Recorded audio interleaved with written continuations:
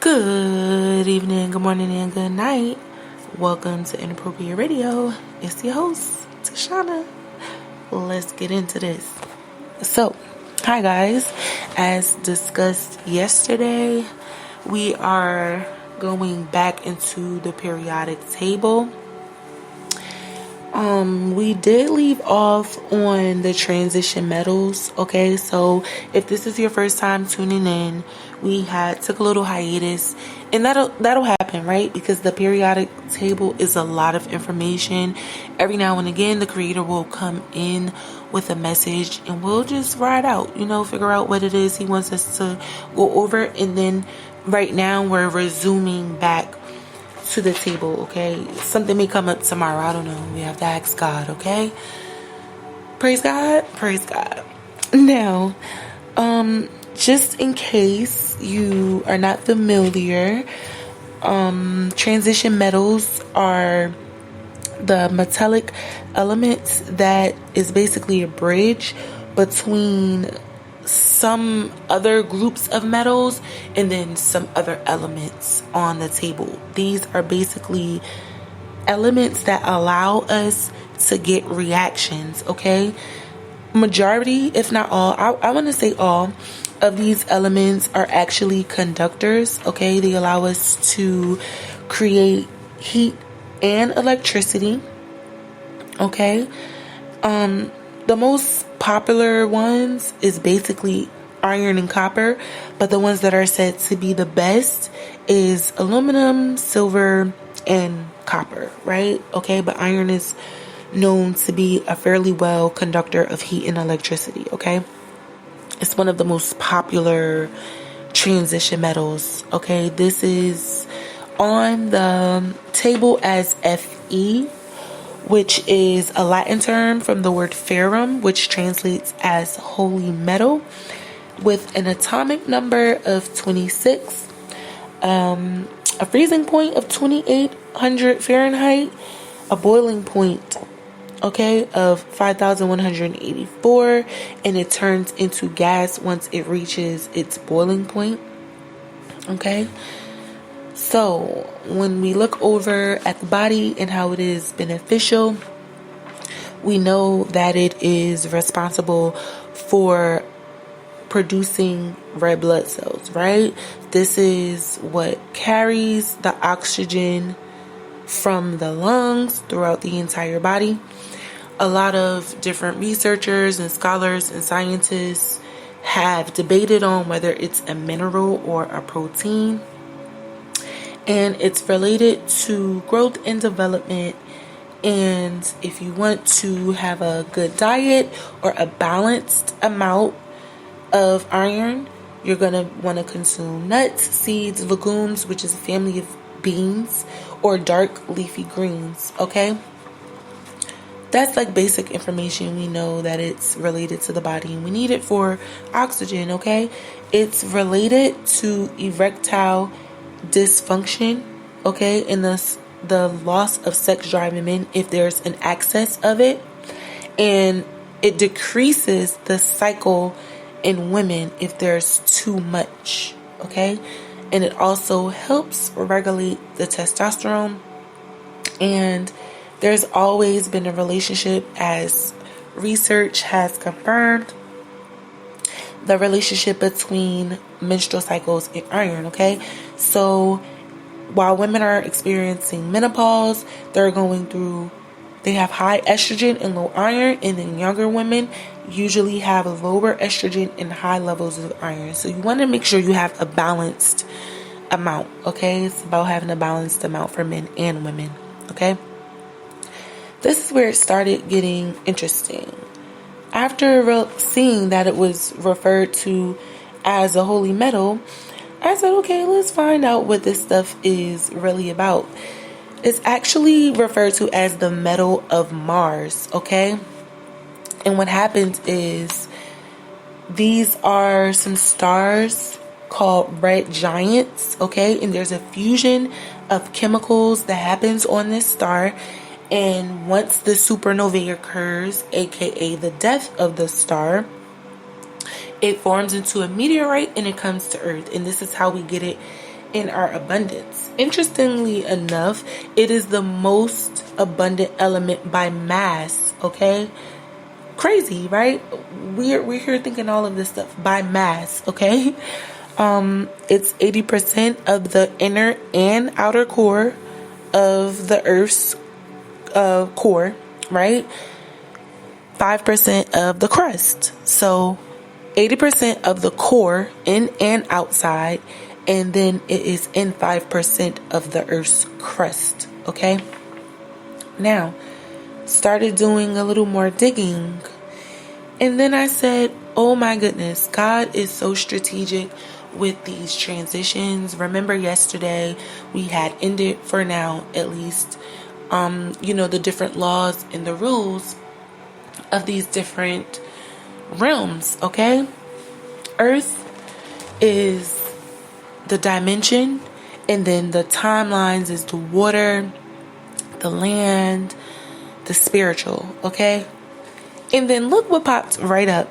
Iron, is more, it's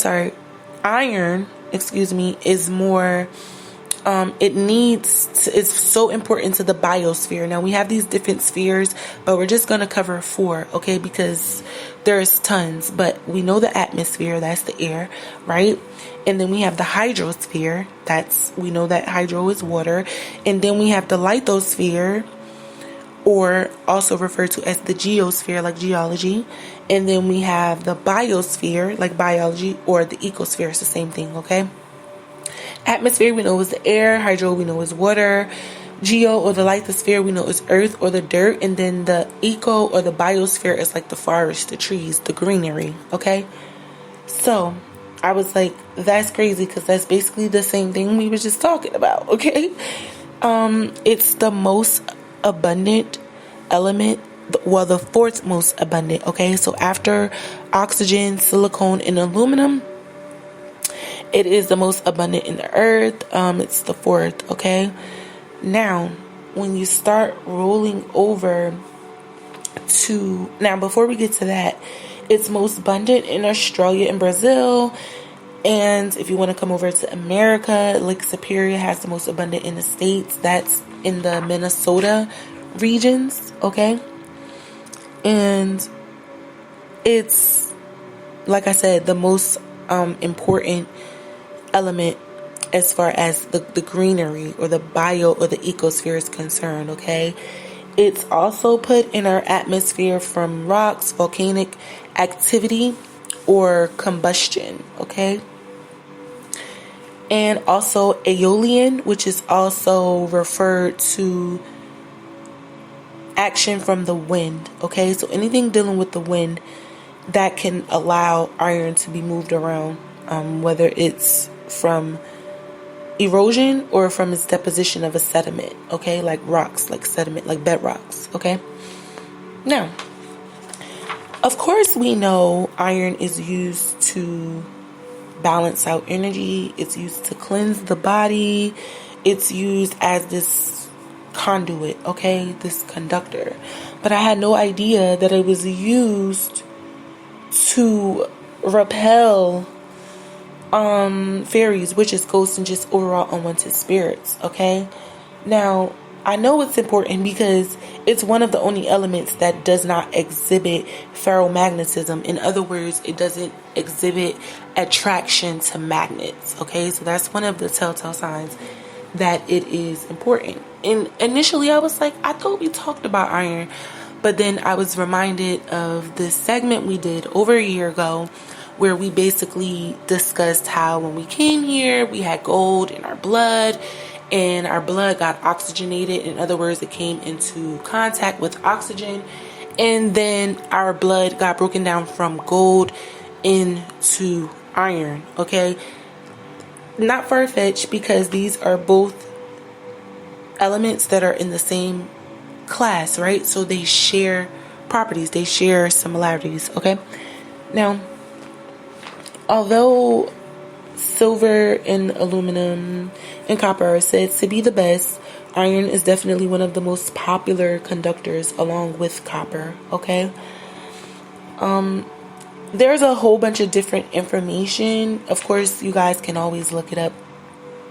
But then I started paying attention to how it's perceived in different cultures in different timelines, right? So more than 5,000 years ago, it was referred to as the holy metal, okay? And it's referred to as the metal of Mars, which is the planet of death, rebirth, transformation, war. Interesting, I know. So as time went on, and I'm here doing a little bit of research, I said, okay, this is crazy.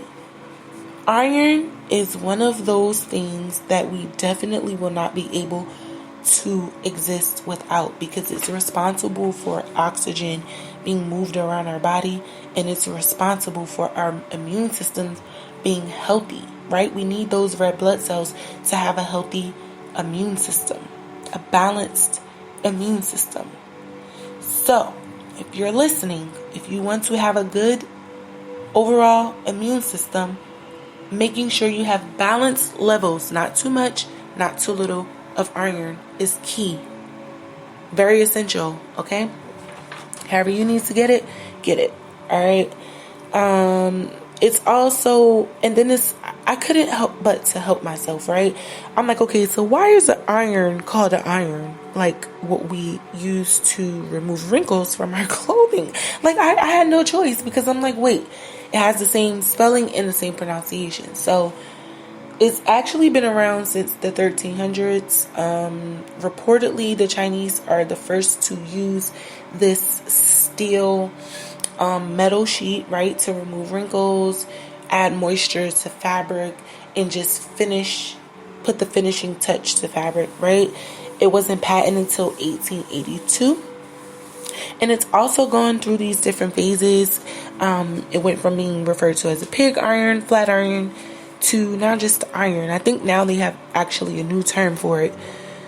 Don't quote me on that. But I do think there's another term in other cultures. But even in America, I think it's also referred to as something else now. Okay? Before we go, I just wanted to say that these elements need to be studied. It's time for us to start paying attention to not only what's most abundant in our atmosphere, but what's most useful. What can be used to sustain life? What can be used to provide cleansing and healing and energetic properties? Okay? What do these elements have that will allow us to progress as a human race? Okay? I don't want to think that all my listeners are black, okay? I think, and I mean black Americans, right? I want to assume people are going to be listening from other walks of life, okay? So, this is one of those elements that I think we need to learn a little bit about, not only because we need it in our bodies, okay?